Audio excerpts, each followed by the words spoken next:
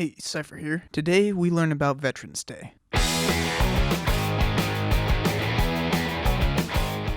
Veterans Day in its current form is a day to celebrate those who have answered the call to duty for the US. But it didn't used to be this way. In fact, it used to be more meaningful, as well as something fairly tragic. Now, I do not intend to sound antagonistic. Since I'm a veteran myself, I understand what Veterans Day means and how it's meant to honor all veterans. But it is banal and safe, at least compared to what it used to be. We used to celebrate it as Armistice Day, but in 1954, that changed to what we celebrate today. When it was Armistice Day, we celebrated a greater cause. Some have argued that Armistice Day was changed to celebrate all veterans rather than the ones in a particular war, but that was never the case. In the words of Congress, who passed it as a national holiday in 1926 and further as a bank holiday in 1938, they called it a day to be dedicated to the cause of world peace and to be thereafter celebrated and known as Armistice Day. You hear that? It was a day to be celebrated as world peace. And the reason for that was that it was really celebrating the end of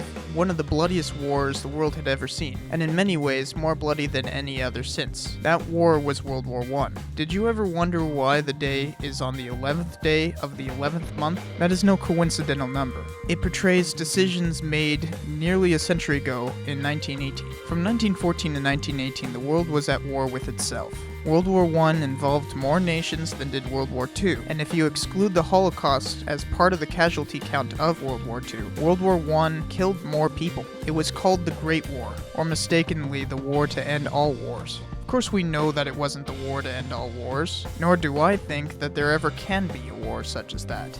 But the scope and brutality of this war was drastic enough to inspire such romantic notions. By the end of the war, the world was rent anew in an apocalyptic proportion. It was so huge that the world's modern borders were defined by its conclusion. It was so bloody and pointless that it inspired what is called the Lost Generation, which is a group of writers and artists who sort of lost their way because of the war's carnage, and tried to express that loss through their work. All that in mind, no one really knew what they were fighting for anymore. Waves and waves of men were mowed down in droves by machine guns and artillery that opposed them. Two great parallel trenches across Europe bared witness to the atrocious fighting of troops warring for pitifully small bits of land.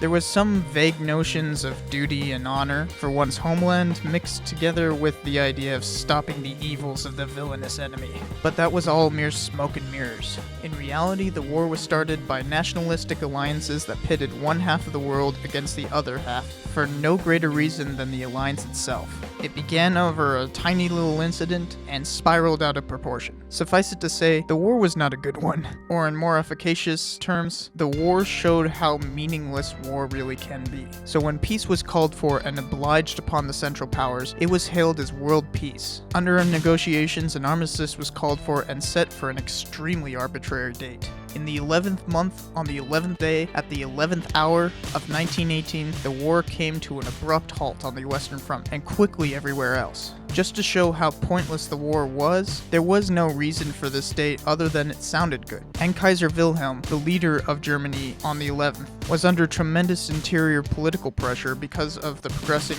Weimar Revolution. The Allies had won the Great War to end all wars. People celebrated and many really thought war itself had come to an end.